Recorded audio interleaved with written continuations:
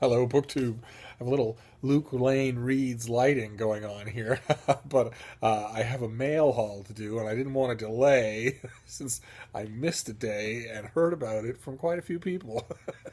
uh, so we'll take up the slack today, and we'll do mail haul number one for February. No boxes, but a fairly good amount otherwise to start the day. So we'll start with this thing. I just got, hence the lighting, I just got back from my grueling work shift at the Christian Science Monitor. Had a blast. And now I'm ready to talk books. What have we got here? It's a thriller. Shadow Man by Alan Drew. With a blurb on top, A Home Run by Lee Child. It's kind of a nice cover. Only blurbs on the back. No plot summary. What have we got here? Southern California, 1986. Detective Ben Wade has returned to his California hometown of Rancho Santa Elena for a quieter life. Never works out. Suddenly, with the town, with its peaceful streets, finds itself at the mercy of a serial killer who slips through windows and screen doors, shattering illusions of safety. As Ben and forensic specialist Natasha Betancourt struggle to stay one step ahead of the killer, Ben's own world is rocked again by a teen's suicide. Ben must decide how far he's willing to go and how much he's willing to risk to rescue a town from a long-buried secret. How much do you want to make a bet that how far he's willing to go is all the way, and how much he's willing to risk is everything? Just a guess. It's a pot shot there. I don't know how these people. I guess I was going to say I don't know how they continue to get work, but of course the answer is because the appetite for this kind of stuff is inexhaustible. So that's how they continue to get work. All right, so what have we got here? This is Gravel Heart by Abdul Razak Gurna. I'll try and get you to a good, clear look at these things, despite the fact that the light here in Wales is just horrible. Salim has always known that his father does not want him. Living with his parents and his adored uncle Amir in the house full of secrets, he is a bookish child, a dreamer haunted by night terrors. It is the 1970s, and Zanzibar is changing, emerging from colonial rule and bloody revolution into the modern world of tourism and global sensibilities. And who is Abdul Razak Gurna when he's at home? I've twice been in the running for the Man Booker Prize, shortlisted for the Whitbread Prize. He was born in Zanzibar in 1984, or 1948, sorry. Got it mixed up when I was in Zanzibar. He now lives in England, where he teaches at the University of Kent. Okay. All right, so this comes out in August, long time from now, and it is called Gravel Heart, a novel of Zanzibar. How interesting. All right, so what do we got here? Oh, baby girl, she's so pretty. You're so pretty. What have we got here? Oh, good. Excellent. This comes out in February, right away, and this is called The Art of Invisibility by Kevin Mitchnick. And the huge subtitle is The World's Most Famous Hacker Teaches You How to Be Safe in the Age of Big Brother and Big Data. And the world's most famous hacker has been the subject of countless profiles published and broadcast throughout the world. Really? Mitnick's leading penetration testing team is highly respected and sought after for its security services by world's top corporations and governments, the world's top governments. The company he founded, named after himself, has clients that include dozens from the Fortune 500 and many nations across the globe. So he's a cybersecurity expert, and this is his book. Those sorts of things fascinate me. So I'll gobble it right up. And they're bound to fascinate everybody now, right? Especially in America, since our presidential election was influenced by. The stakes aren't small, anymore. They're as big as stakes get. So it should interest everybody. Here's another February release. We're back to fiction. This is A Piece of the World by Christina Baker Klein, the author of Orphan Train, which had a lot of popularity. I never read it, so I don't know how good it was. In her new novel, Klein turns her attention to another little-known part of America's history, the story of Christina Olson, the complex woman and real-life muse Andrew Wyeth portrayed in his 1948 masterpiece, Christina's World. This iconic American painting, which features a mysterious woman in a pink dress sitting in a field gazing at a weathered house in the distance, hangs in the Museum of Modern Art in New York City as part of their permanent collection. In A Piece of the World, Klein vividly imagines the life of Christina Olson. Okay, so, all right. We've actually seen this on this channel before. Not this book, but this subgenre of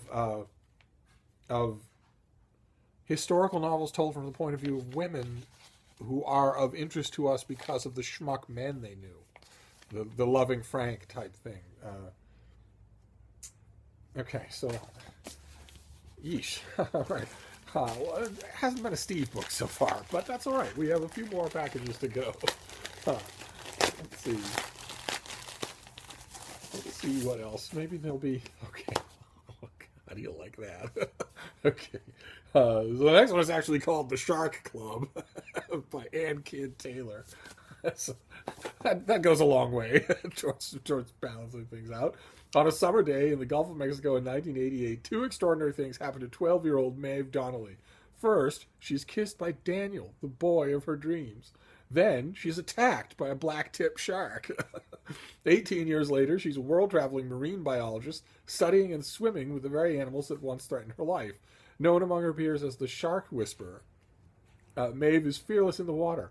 On land, however, she's dogged by unresolved wounds and indecisive about the path her life will take.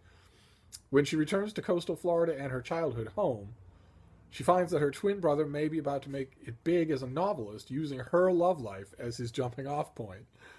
Will she confront her feelings about her brother's betrayal and forgive her childhood sweetheart Daniel, or will she... so he must be her brother's source. Or will she dive headlong back into her research and open her heart to Nicholas, her handsome colleague? Okay, so this is by the author of Traveling with Pomegranates, which I read and kind of liked. So we'll this is that was a novel, memoir, and this is the author's debut novel. And this comes out in June. The Shark Club. Sounds fairly fizzy in a very approachable, friendly way. So, the sort of thing I'm often in the mood for, I gotta tell you. So we'll see. Oh God, all this fiction. Okay, this is another debut. It's called Our Little Racket by Angelica Baker. Do that against the glare. When the investment bank Weiss and Partners is shuttered, CEO Bob D'Amico must fend off allegations of malfeasance as well as the judgment and resentment of his Greenwich, Connecticut community.